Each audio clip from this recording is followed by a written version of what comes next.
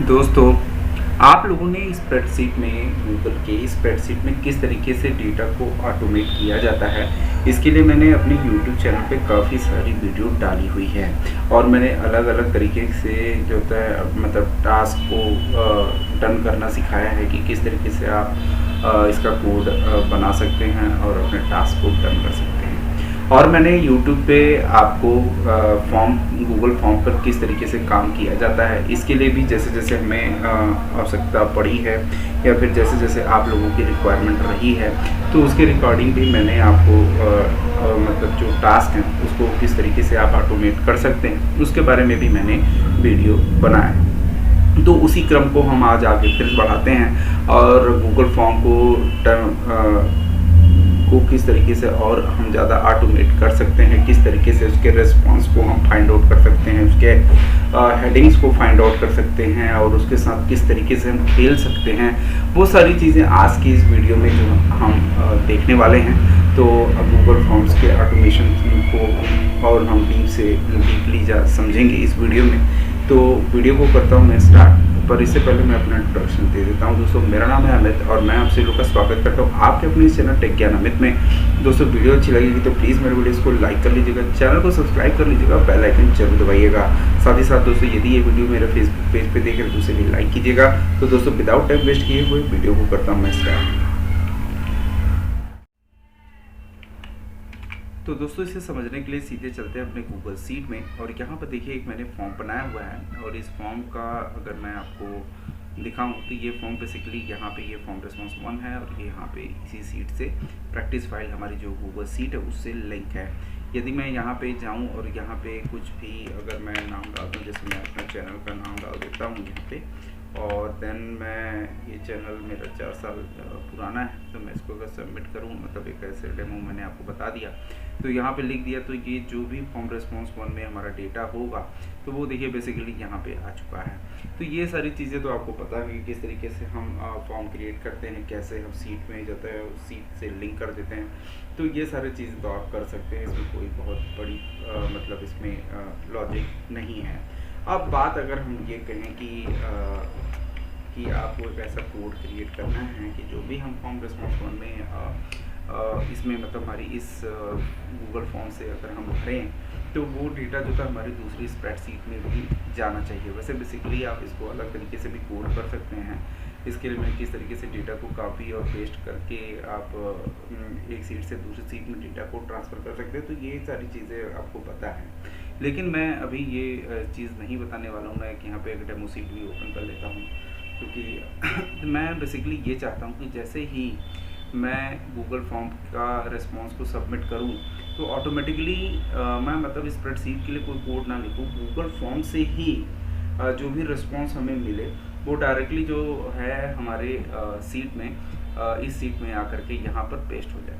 मैं ऐसा कुछ चाहता हूँ, मतलब इसके लिए मुझे अलग से स्प्रेडशीट में की डेटा को कॉपी नहीं करना है, हम फॉर्म से ही ये सारा काम करेंगे और फॉर्म से ही रिस्पॉन्स को लेंगे, देन हम स्प्रेडशीट में उसको पेस्ट करें, मतलब जिस भी स्प्रेडशीट में हम चाहेंगे वहाँ पे हम उसको ट्रांसफ़र कर सकें। तो उसके लिए हमें कोड क्रिएट करना है और इसमें हम और भी चीज़ें हम समझेंगे किस तरीके से हम और भी चीज़ें इसमें फाइंड आउट कर सकते हैं। जैसे कि अगर हम बात करें तो ज़्यादातर अगर रिस्पॉन्स में होता है कि अगर हमें ये इसकी हेडिंग्स को हमें पता करना हो, इसके अंदर जो वैल्यू है वो क्या है, वो सारी चीज़ जो है हम यहाँ पे देखेंगे।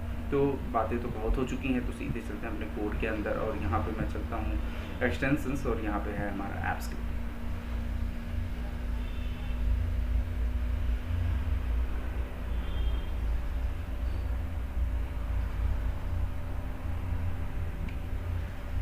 तो यहाँ पर कुछ कोड है, मैं इसको एज इट इज़ ऐसे ही रहने देता हूँ और जस्ट थोड़ा सा नीचे चलते हैं और यहाँ से हम अपना कोड लिखना स्टार्ट करेंगे और यहाँ पर हम अपना कोड लिखेंगे। लेकिन उससे पहले हमें जिस भी फॉर्म्स को एक्सेस करना है तो सबसे पहले उसका URL हम ले लेते हैं। तो यहाँ पर जो आपको एडिट का ऑप्शन मिलता है, यहाँ पर आपको जाना है और ये जो URL आपको यहाँ पर मिलेगा, यहाँ पर इसको कॉपी कर लेना है और यहाँ पर आ करके अपना एक वेरिएबल बना लीजिए यहाँ पे फॉर्म URL और यहाँ पे मैं डबल इन्वर्टेड कॉमा के अंदर इस URL को पेस्ट कर देता हूँ। आप इसका ID भी ले सकते हैं, आपको जैसा सही लगे। तो खैर मैंने यहाँ पे URL ले लिया। अब चूंकि मुझे फॉर्म के साथ है एक्सेस, फॉर्म को एक्सेस करना है, तो जिसमें आपने कई सारी वीडियोस में आपको बताया है कि अगर मुझे स्प्रेडशीट के साथ काम करना होता है तो स्प्रेडशीट ऐप है, अगर मुझे फॉर्म के साथ करना है तो मुझे फॉर्म ऐप के थ्रू इसको हम एक्सेस कर सकते हैं। तो मैं एक यहाँ पे फॉर्म नाम का एक वेरिएबल ले लेता हूँ और मैं यहाँ पे लिखता हूँ form app dot open by, यहाँ पे ले लेता हूँ मैं सीधे URL, और URL के अंदर मैं सिंपली अभी हमने जो वेरिएबल बनाया है फॉर्म URL, उसको हम ले लेते हैं यहाँ से। तो यहाँ पे हमने ले लिया। जैसे जब हम इसके फॉर्म को यहाँ पे ले लिया, मतलब फॉर्म को हमने एक्सेस कर लिया है, तो अब हम यहाँ पे चाहते हैं कि जो भी फॉर्म के रिस्पॉन्सेज हैं वो सारी चीज़ें हम जो है यहाँ पे फाइंड आउट कर लें। तो यहाँ पर हम एक वेरिएबल बना लेते हैं, सीधे हम इसके रिस्पॉन्स को ही फाइंड आउट करेंगे। तो यहाँ पर हम रिस्पॉन्स नाम से एक ले लेते हैं वेरिएबल, और यहाँ पे हम कहते हैं फॉर्म डॉट गेट, और यहाँ पे जैसे ही आप गेट करेंगे तो यहाँ पर आपको एक मेथड मिल जाएगा गेट रेस्पॉन्सेस। गेट रेस्पॉन्सेस जो कि आपको यहाँ नाम से समझ में आ रहा है, गेट एक रेस्पॉन्स है और एक गेट रेस्पॉन्सेस है। मतलब यहाँ पर जो आपको मिलेगा वो आपका जो है एक एरे होगा। मैं इसको आपको लॉगर के अंदर चेक भी करवा देता हूँ, बट एक चीज़ आप यहाँ पे नोटिस कर सकते हैं कि हमने इतने सारे फंक्शंस ले लिए हैं, मतलब इसमें हमने डाल दिया, लेकिन मेरे फंक्शन का नाम नहीं दिया हुआ है। तो यहाँ पे सबसे पहले हम फंक्शन का नाम दे देते हैं फॉर्म रेस्पॉन्स, नाम से मैंने बना दिया यहाँ पर फॉर्म रेस्पॉन्स, और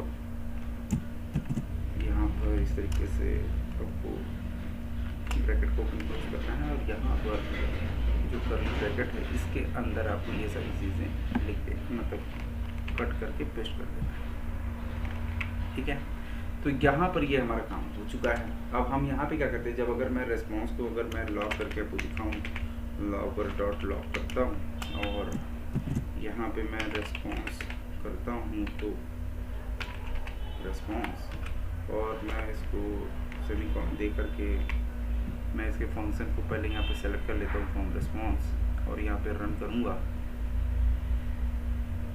तो एक बार ये परमिशन लेगा, तो मैं इसको एक बार परमिशन देता हूँ।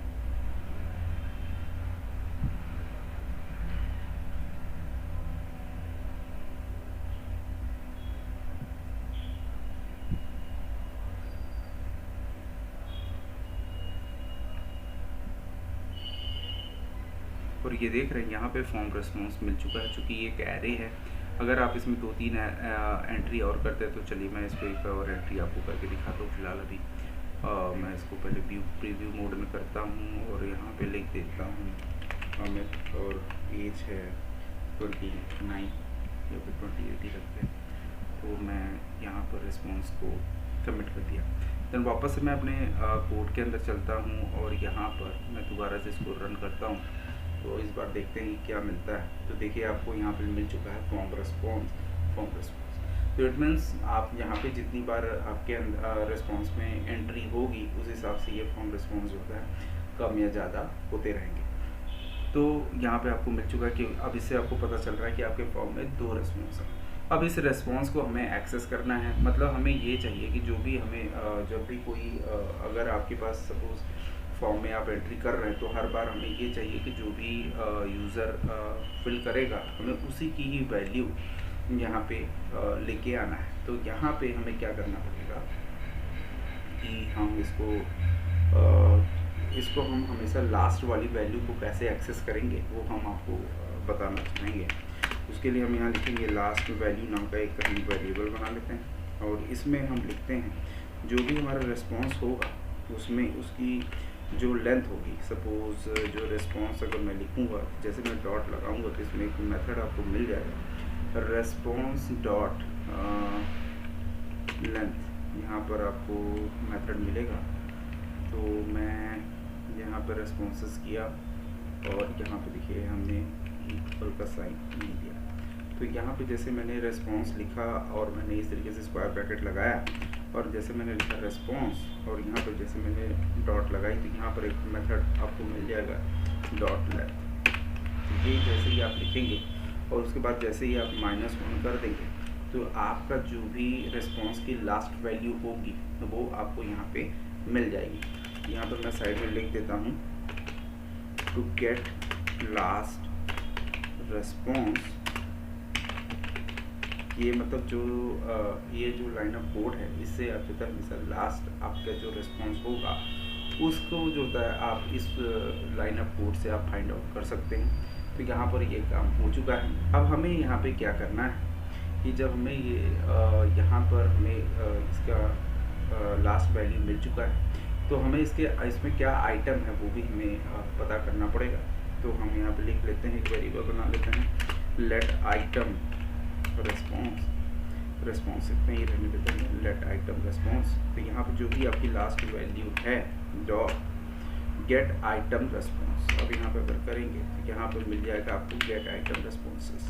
ये जो है तो ये आपको बताएगा कि इसमें आइटम कितने हैं और उसकी क्या रिस्पॉन्स है। तो हर आइटम के रिस्पॉन्स आपको यहाँ से पता चल जाएगा। अब जब हमें गेट आइटम रिस्पॉन्स अगर आपको जब मिल चुका है तो मैं एक बार इसको लॉगर के अंदर आपको चेक करवाता हूँ कि इससे आप कुछ भी मतलब इसमें अगर आप देखेंगे तो इससे आपको कुछ ज़्यादा समझ में नहीं आएगा। मैं एक बार इसको सेव करके रन करता हूँ और ये देखिए आइटम रिस्पॉन्स जो आपको पहले मिल रहा था वही सेम आइटम रिस्पॉन्स इस बार भी आपको मिल रहा है।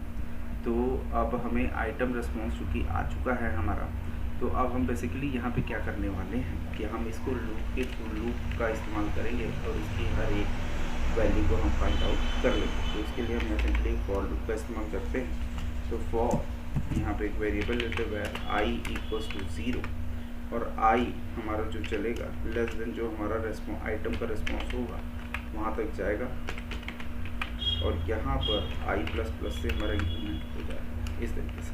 तो यहाँ पर हमने कर लिया। फिर हमारा जो आइटम रिस्पॉन्स है हम यहाँ पे करते हैं आइटम रिस्पॉन्स डॉट जैसे ही लगाएंगे और यहाँ पर हमारा आइटम रिस्पॉन्स का एक्चुअली हमारा आई हमें चेक करना है। तो यहाँ पर हम डॉट लगाएंगे तो यहाँ पर आपको मिल जाता है गेट आइटम। तो मतलब हमें इसको आइटम चाहिए, उसका आइटम से अगर आप अभी मैं इसमें एक्चुअली मैं जो आइटम है उसका आइटम की जो हेडिंग है मैं एक्चुअली वो दिखाना चाह रहा था।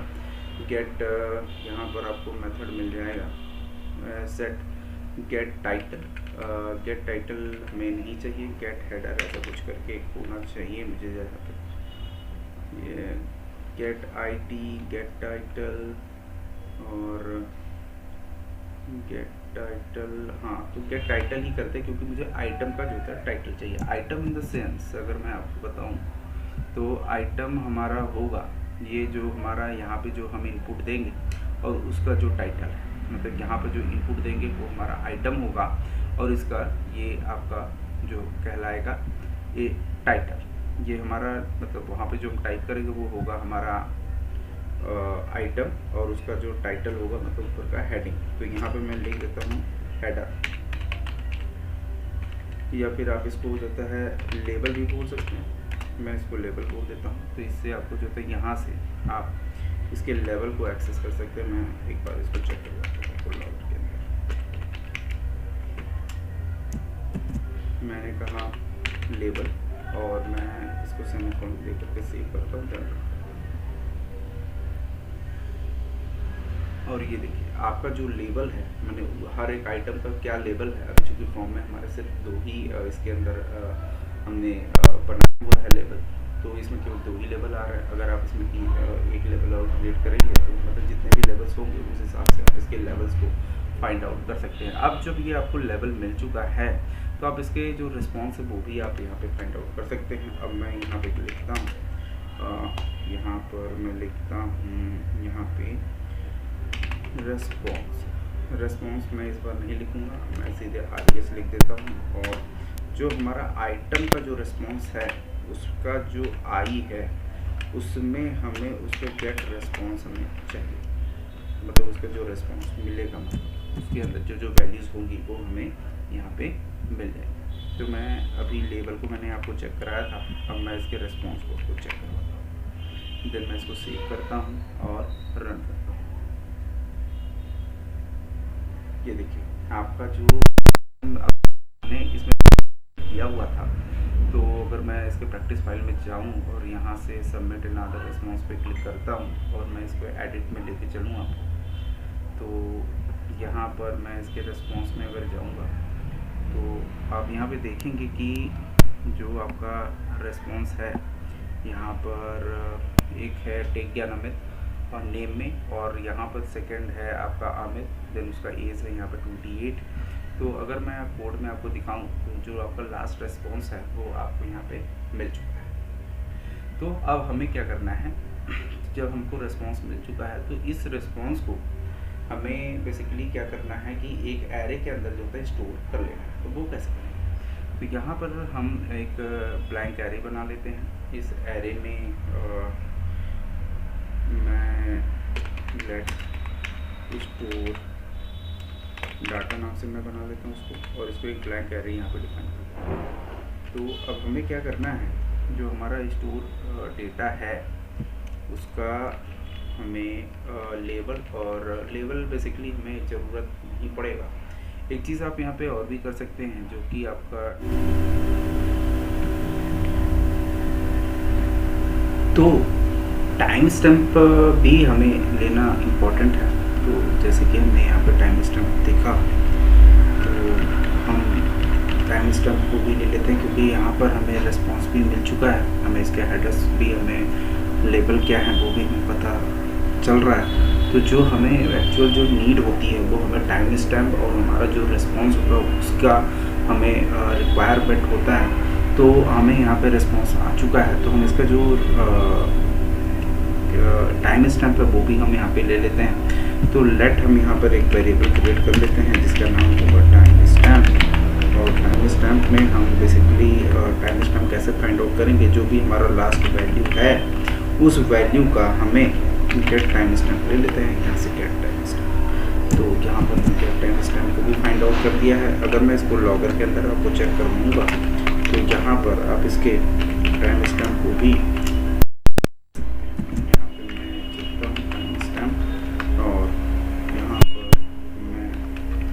सेव करता हूँ।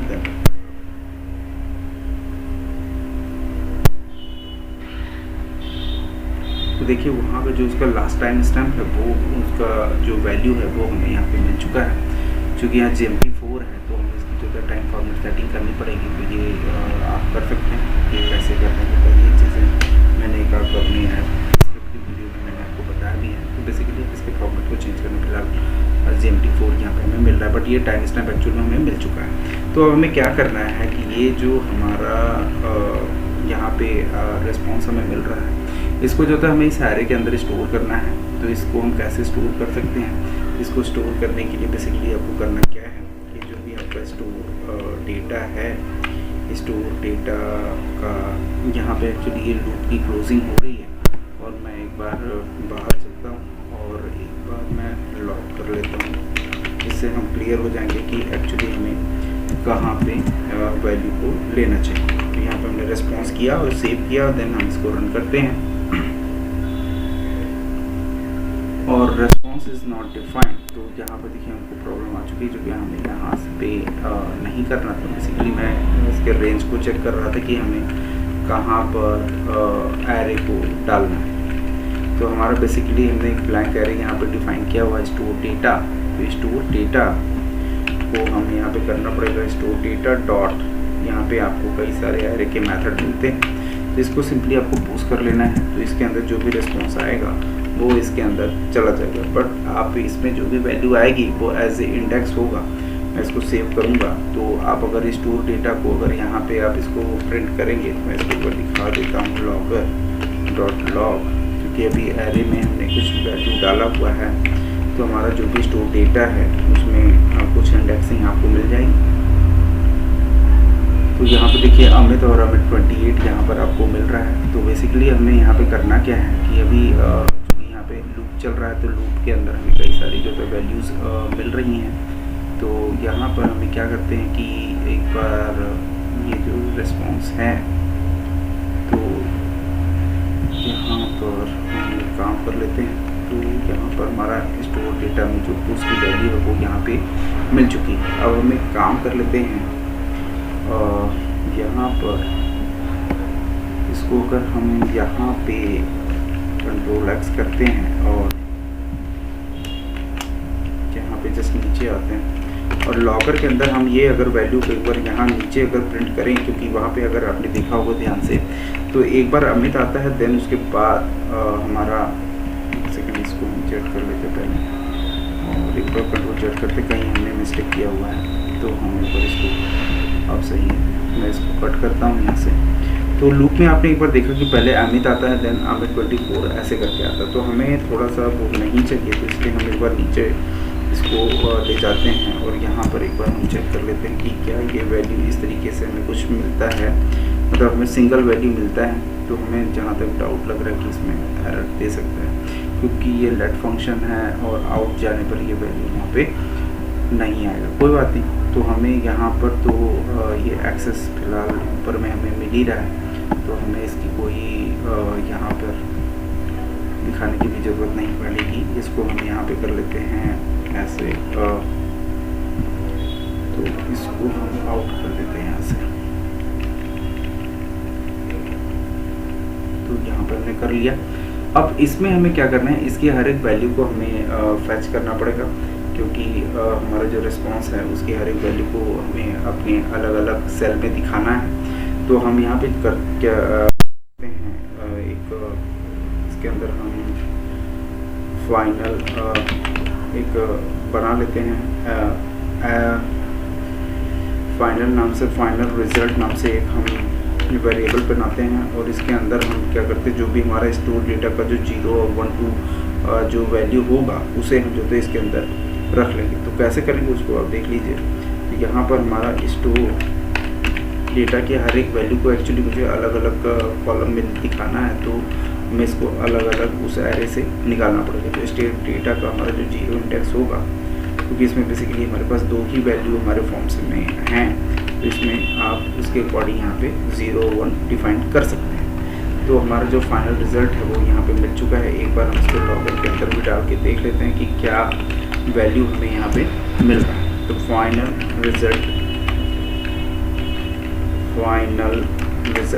तो फाइन एक्चुअली यहाँ पे हमने लेट नहीं लगाया है, तो हम यहाँ पे एक बार लेट लगा लेते हैं, क्योंकि हमें वेरिएबल में स्टोर करने के लिए वहाँ पे लेट या फिर वैर इस तरीके का नाम देना पड़ेगा। तो हमने फाइनल रिजल्ट को यहाँ पे लॉक कर लिया है। तो ये देखिए अमित और 28 जो थे दोनों वैल्यू हमें यहाँ पे मिल चुकी हैं। तो अब बेसिकली हमें कुछ भी नहीं करना है, और यहाँ पर हमें फाइनल रिजल्ट में सारी वैल्यूज़ आ चुकी हैं। तो हम एक काम करते हैं, यहाँ पर फंक्शन एक बनाते हैं जो कि हम बाहर से इसको यूज़ करेंगे। तो यहाँ पे हम यूज़ कर लेते हैं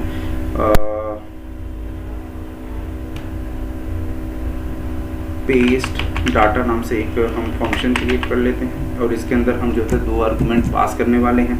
एक होगा नेम और दूसरा होगा एज। ये इस तरीके से हमने पास कर दिया।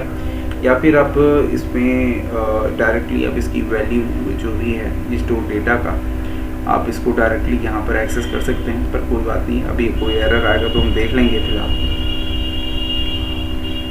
और यहाँ पर हम एक फंक्शन क्रिएट कर लेते हैं, फंक्शन, और यहाँ पर बेसिकली हम यहाँ पर जो एक अलग तरीके से एरे बना के यूज़ कर रहे हैं, इससे अच्छा है कि हम डायरेक्टली इसको यहाँ से कट करते हैं और यहाँ पर ही पेस्ट कर देते हैं, और देन हम स्टोर डेटा का ये जो वैल्यू है इसको भी हम ऐसे ही यहाँ पे पेस्ट कर देते हैं। मुझे जहाँ तक लग रहा है कि ये प्रॉब्लम नहीं आना चाहिए अभी कोई इसमें। और देन हम एक अलग से इसके अंदर एक और जो हमको अपना टाइम स्टैम्प है उसको भी हम ले लेते हैं, क्योंकि हमको उसको टाइम स्टैम्प की भी हमें ज़रूरत पड़ेगी। तो ये सारी जो वैल्यू है ये हम पास कर रहे हैं अपना जो यहाँ पर फंक्शन है। तो मैं इसको यहाँ से पहले कमेंट कर देता हूँ, क्योंकि मुझे इसकी ज़रूरत नहीं है। तो यहाँ फंक्शन में हम पेस्ट डेटा को यहाँ डिफाइन कर देते हैं, पेस्ट डाटा, और इसके अंदर हम डाल देते हैं जो हमारे वेरिएबल जो हमने ऊपर में जो हमको आउटपुट मिलने वाला टाइम स्टैम्प, और यहाँ पे हम डाल देते हैं नेम, और यहाँ पर हम डाल देते हैं एज। ये हमने 3 आर्गूमेंट जो होता है पास किया हुआ है, और ये जो आर्गूमेंट हैं मतलब इसमें जो वैल्यू आएगी वो बेसिकली हमारा इस यहाँ से आएगा। तो सिंपली अभी हमें क्या करना है, यहाँ पर हम चलते हैं अपने अनटाइटल्ड स्प्रेडशीट के अंदर, और हमारी जो ये आईडी है इसको हम यहाँ से कॉपी कर लेते हैं, और यहाँ पे हम जाते हैं जो भी हमारा यूआरएल है, लेट इसके लिए हम एक वेरिएबल क्रिएट करते हैं यूआरएल, और यहाँ पर डबल इन्वर्टेड कॉमा के अंदर ये यूआरएल डाल देते हैं। और यहाँ पर अभी हम क्या करने वाले हैं कि हमारा सीट हम फाइंड आउट कर लेते हैं। और फिलहाल तो स्प्रेडशीट को हम यहाँ पे ओपन कर लें।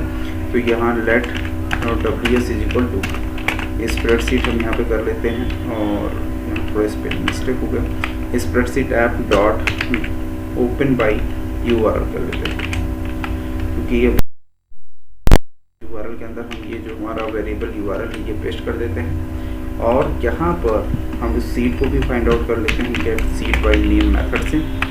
और यहाँ पर हम डाल देते हैं WS, तो गेट सीट बाई नेम, और यहाँ पर WS नहीं डालना है, एक्चुअली मुझे यहाँ सीट का नेम देना है।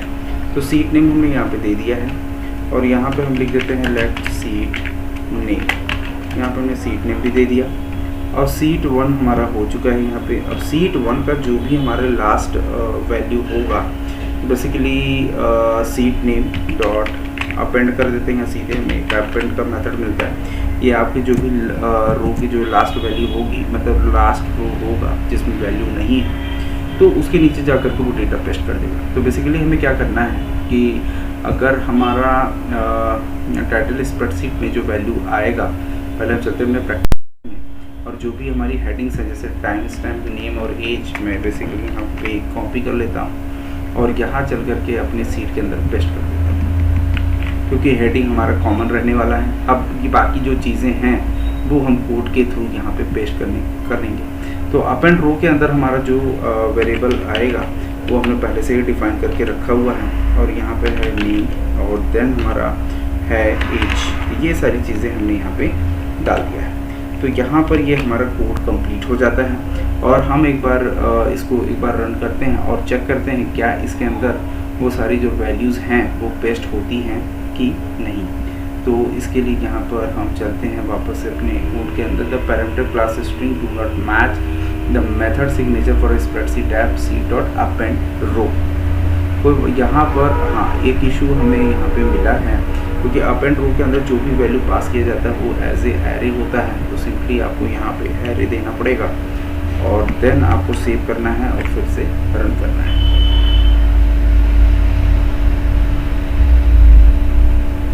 और यहाँ पे ये एग्जीक्यूशन डन हो चुका है और हम अपने स्प्रेडशीट के अंदर चलते हैं। और ये देखिए वो सारा जो टाइम स्टैम्प है और एज है, जो भी नेम है, एज है, वो सारा यहाँ पे आ चुका है।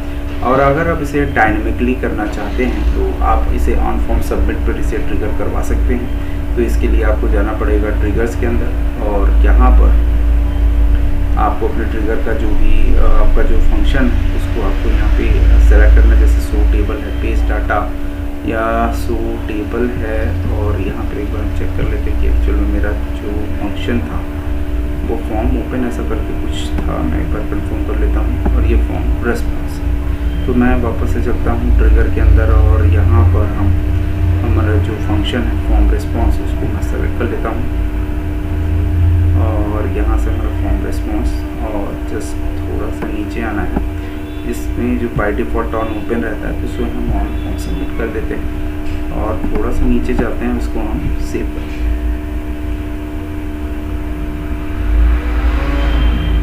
तो वापस से चलते हैं अपने फॉर्म्स के अंदर और यहाँ पर ये चूँकि हमने इसका रिस्पॉन्स आपको दिखाया था तो डायरेक्टली हम फॉर्म में चलते हैं और यहाँ पर इसको प्रीव्यू मोड में लेते हैं और इस पर कुछ एंट्री करके चेक करते हैं। जैसे कि अभी मैं नेम डाल देता हूँ दीपक और इनका एज है 31।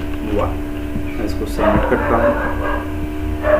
ये आपका जो प्रैक्टिस फाइल है यहाँ पर तो ये बाय डिफ़ॉल्ट आना ही चाहिए क्योंकि ये इसी से लिंक है।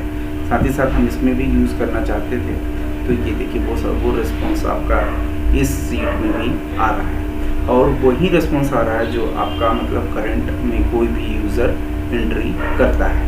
तो इस तरीके से आप फॉर्म के रिस्पॉन्स को फाइंड आउट कर सकते हैं, उसके लेबल्स वगैरह, हेडिंग्स के और सारी चीज़ों को भी आप एक्सेस कर सकते हैं। तो एक बार आपको कोड में फिर से एक बार ब्रीफ कर देता हूँ। तो सबसे पहले देखिए यहाँ पे हमने क्या किया है कि हमें फॉर्म के साथ काम करना है। तो जिस भी फॉर्म के साथ काम करना है तो उसका हमने यहाँ पे URL ले लिया है। URL लेने के बाद एक्चुअली मैंने यहाँ पर एक एरे बनाया हुआ है, ये ब्लैंक एरे है। बाद में इसमें हम कुछ वैल्यू स्टोर करेंगे तो यहाँ पर इसको ब्लैंक एरे मैंने डिफाइन किया हुआ है। तो ये आप बाद में भी लिख सकते हैं, इसका कोई मतलब ज़रूरी नहीं है। ये तो मैंने ऐसे टैब पे यहाँ डाल दिया। तो यहाँ पे अभी जैसे ही मैंने फॉर्म को URL से हमने यहाँ पे ओपन कर लिया है। आप इसे स्प्रेडशीट में बिल्कुल आप सेम इसी तरीके से काम करते हैं। अगर आप कहीं एक्सटर्नल जो है, अगर आप किसी भी स्प्रेडशीट को ओपन करना चाहते हैं तो URL ID के थ्रू ही करते हैं, तो आप ऐसे ही भी आप फॉर्म के थ्रू फॉर्म में भी करते हैं। तो यहाँ पे हमें जैसे ही हमने फॉर्म को ओपन किया तो वहाँ पर हमें रिस्पॉन्स को क्या रिस्पॉन्सेस हैं वो हमने form.getResponses से फाइंड आउट कर लिया। अब चूँकि हमें करना क्या था कि जो भी हमारे यूज़र एंट्री करे, क्योंकि हमारे फॉर्म में सारे जो रिस्पॉन्सेस होते हैं वो कलेक्ट होते रहते हैं, तो हमें को वही रिस्पॉन्स चाहिए होता है जो कि हमारा यूज़र एंट्री करता है, मतलब जो हमारा करंट रिस्पॉन्स होगा। तो उसके लिए वो जो हमने कोड लिखा हुआ है response.length-1, तो इससे हमारा हमेशा लास्ट रिस्पॉन्स जो होगा वो हमें मिल जाएगी। उसके बाद उस रिस्पॉन्स मिलने के बाद उसके हमें आइटम को भी जो है, आइटम का जो रिस्पॉन्स है उसको भी हमें लेना, मतलब उसको हमें फेच करना है।